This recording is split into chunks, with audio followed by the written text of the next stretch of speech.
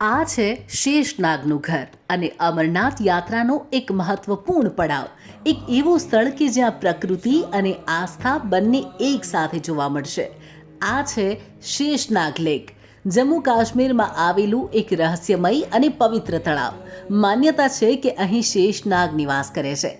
એ જ દિવ્ય નાગ જે ભગવાન વિષ્ણુની શૈયા બન્યો અને ભગવાન શિવના અમર રહસ્યનો સાક્ષી પણ.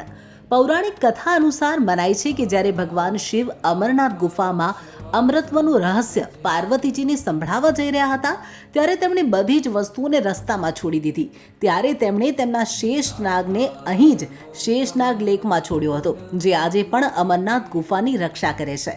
પહેલગામથી માત્ર 23 કિલોમીટર દૂર અને અમરનાથ મંદિરથી 20 કિલોમીટરના અંતરે આવેલું છે આ તળાવ. આ તળાવનું પાણી ખૂબ જ પવિત્ર ગણાય છે. માન્યતા છે કે તેમાં સ્નાન કરવાથી પાપોથી મુક્તિ મળે છે.